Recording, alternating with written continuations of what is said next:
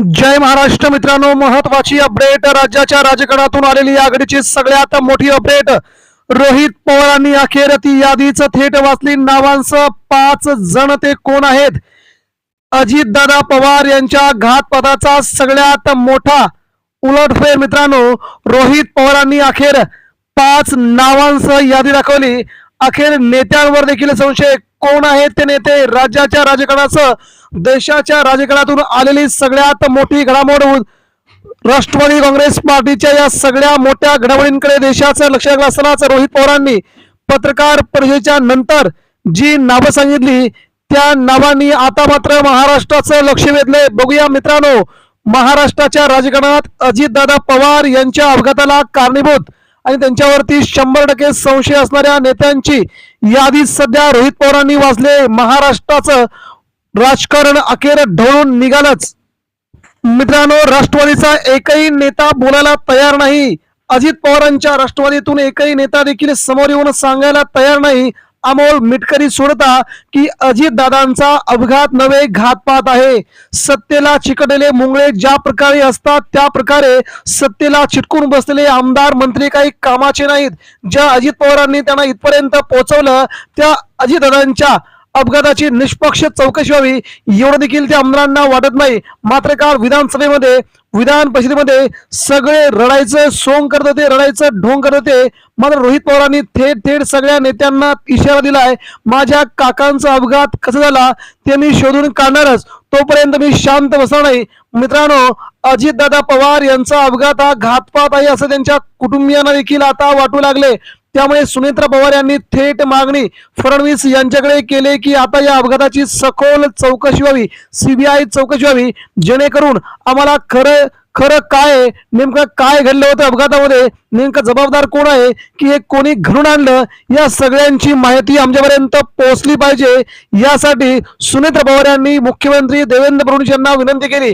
त्यानंतर रोहित पवार वारंवार देशाचे पंतप्रधान नरेंद्र मोदींसह अमित शहा यांची भेट घेणार बोलतात, परंतु त्यांची भेट होत नाहीये.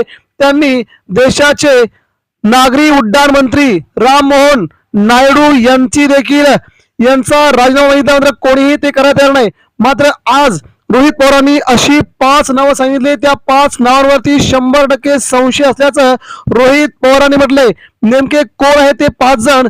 मित्रांनो, बघूया नावांसह यादी. रोहित पवारांनी अतिशय स्पष्ट शब्दामध्ये व्हिडिओ कॉन्फरन्स घेऊन, सध्या प्रेस घेऊन, पत्रकार परिषद घेऊन व्हिडिओमध्ये त्यांच्या सगळ्या बाबींचा खुलासा केलाय. नीट नावांची यादी आता आपण पाहूया.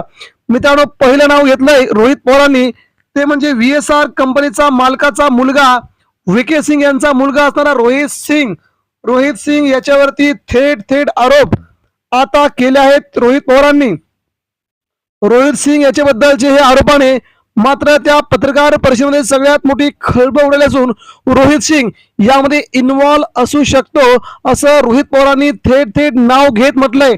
VSR कंपनीचा मालक आहे, त्यानुसार यानेच अजूनही महाराष्ट्रामध्ये बरेच नेते याच्याच कंपनीचे विमान वापरत आहेत असा थेट आरोप केलाय. त्यांनीच काय गेम केलाय का असा थेट आरोप रोहित पवारांनी केलाय. त्यानंतर पुढचं नाव मित्रांनो घेतलंय रोहित पवारांनी, ते म्हणजे तेलुगू देशम पार्टीचे प्रमुख नेते चंद्रबाबू नायडू. त्याच्या आदल्या दिवशी अजितदादांना विमान देण्याच्या आदल्या दिवशी चंद्रबाबू नायडू हे सुरतमध्ये लग्नासाठी एका कार्यक्रमासाठी होते उपस्थित. तेव्हा हे सगळं घडलंय का, सगळं नेमकं काय घडलंय याचा संपूर्ण हिशोब मला पाहिजे असं रोहित पवारांनी म्हटलंय.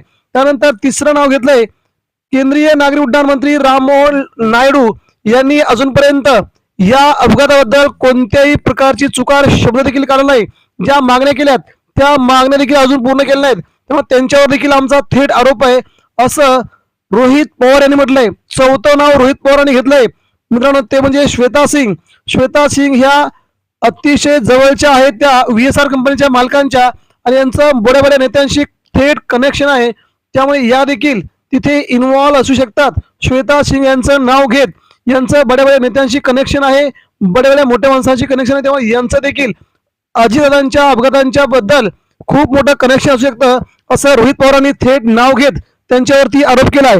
आणि पुढचं आणि महत्वाचं नाव त्यांनी घेतलं मित्रांनो, सरकारी पगार न घेणारे 2 पायलटला सरकारी पगार नाही मिळतो तरी नाकारणारे या पायलटनी स्वतःहून हा अपघात घडून आणलाय का, असा या दोघांवर देखील संशय रोहित पवारांनी थेट व्यक्त केलाय.